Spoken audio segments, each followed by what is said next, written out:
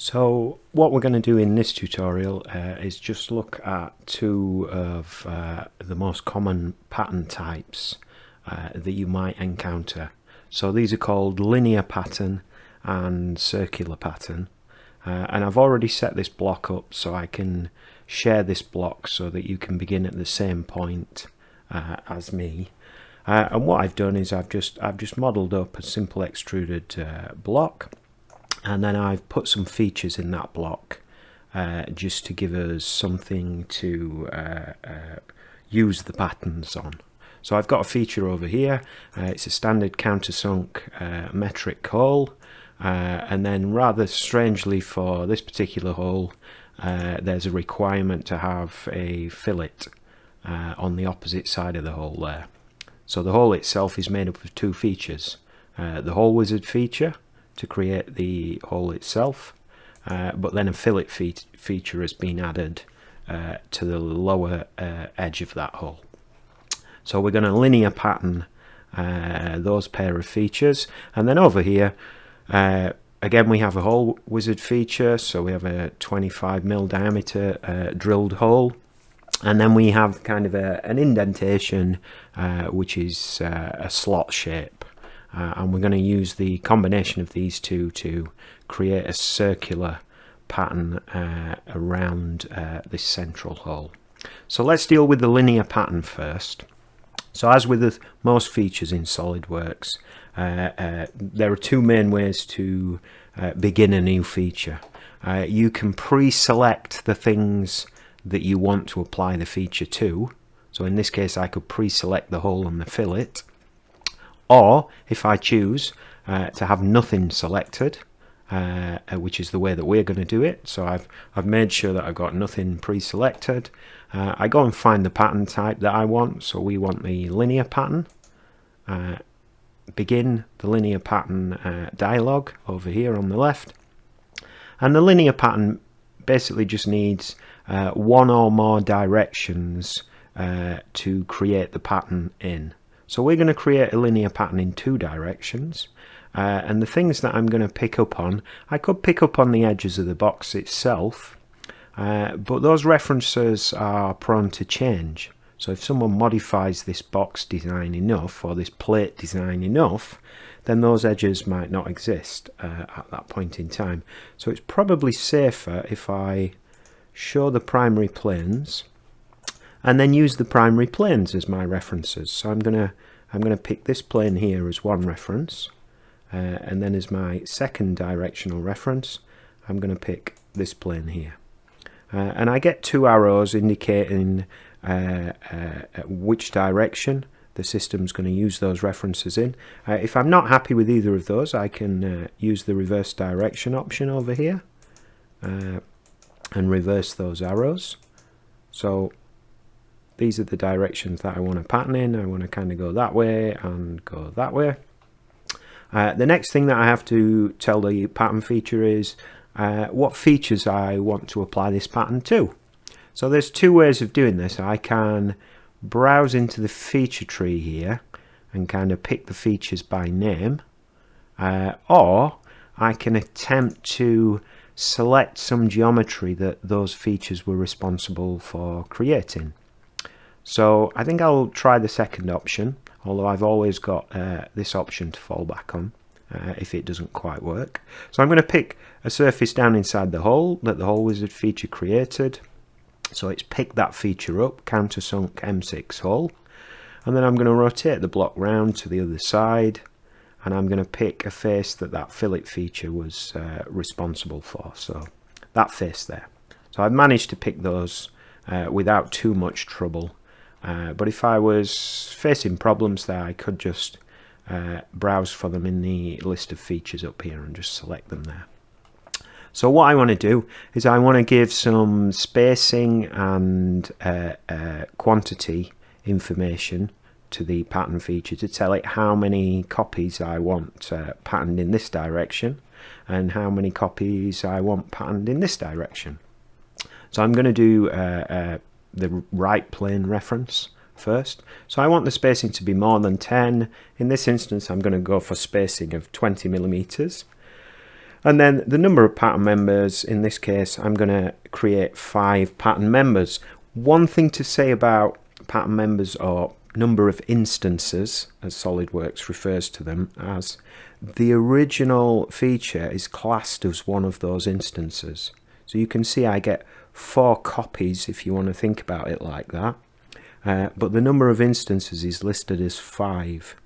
So the original feature is counted, essentially. So don't let that confuse you. And in the second direction, I want to have 4 instances, and I want the spacing maybe to be a little bit greater in that direction. So I'm going up to 30mm spacing. So relatively simple to set up. And one thing to note here is you don't have to give a second direction reference. If you simply want a line of features patterned from an original, you can just give no reference in this box here. So I'll show you that. So if I delete that, I can use the linear pattern just to pattern in a single direction. So yeah, quite a kind of useful and common pattern type. It's arguably the most common. So I'm going to accept that pattern, and that's what you will achieve. And then if I want to make a change to all of the holes in this pattern, what I would do is go back into the original hole feature, maybe make an edit in there. So let's say I didn't want an M6 hole, I wanted an M8, and I didn't want a countersunk hole, I wanted a counterboard hole instead. Then I could make that change, and when I accept that, it will roll out those changes to all the pattern instances. One thing to note there is because I've changed the hole type, the fillet doesn't appear to have reattached itself, so I would have to then kind of go back in there and make a little bit of sense of what's going on. So it's claiming that it can't find the edge that it was previously attached to, but I could fix that just by deleting the old reference and just saying that is the edge that you should be attached to. So linear pattern, one of the most common pattern types, and that's why it has a dedicated button in the command manager there. The other pattern types available are actually in a drop-down menu underneath the linear pattern. And the next pattern type that we're going to look at, or the only other pattern type in this tutorial, is the circular pattern. So arguably one of the second most common pattern types. So again, I'm going to instigate this without having anything selected. So I'm just going to deselect that fillet that was previously selected there. I'm deselecting things by just clicking in some empty space here. That's probably the easiest way to ensure that you've not got anything pre-selected. So I'm going to begin a new circular pattern. The order of operations inside the circular pattern is a little bit different. As you come into the circular pattern, the system highlights the box asking which features you wish to pattern. So we're doing this process kind of in reverse this time. So just be aware of which one of these boxes is highlighted, and that is the box that's waiting for the user to supply some input. So the input this time, or the item or feature that I want to pattern, is this little extruded cut here. So I'm going to select a face that was created by that feature. So that face there will be fine. So that's the feature that I want to pattern. The reference this time is an axis to rotate around. So if I activate the direction 1 box and then go and find a pattern axis, I can actually use any cylindrical face to define my center axis. If I have created some axes in my part, I can use those as well.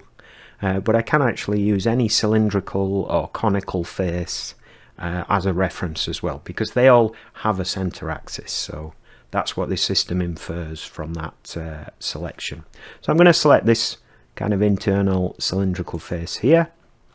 I should get a preview as long as the number of instances is not 1. So in this case, what I'm going to say is I want the slots to be patterned all the way around that center axis.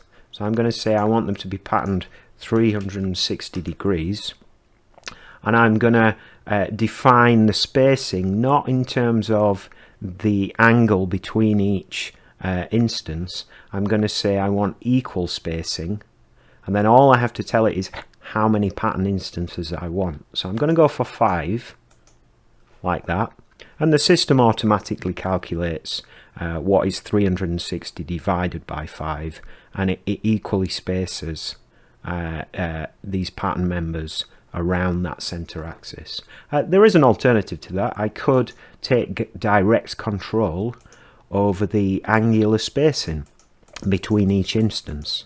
So you have the option, you can directly control the angular spacing between each pattern instance, or you can just say the total number of degrees that you want the pattern to run around, and how many pattern instances you'd like.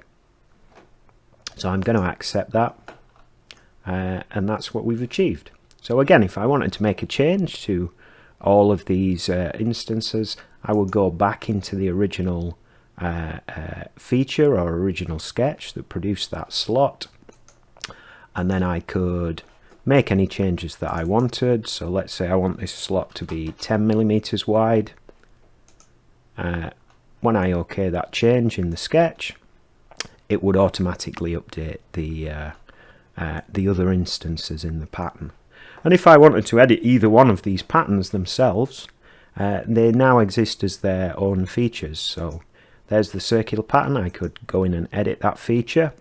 If I now want 6 pattern members, I could just increase the number there, and that gets changed. And likewise, if I want to go back into the linear pattern and maybe reduce the number of pattern members in one direction, and then I could OK that change as well. So circular and linear pattern, arguably the two most common patterns that you may have to use at various points.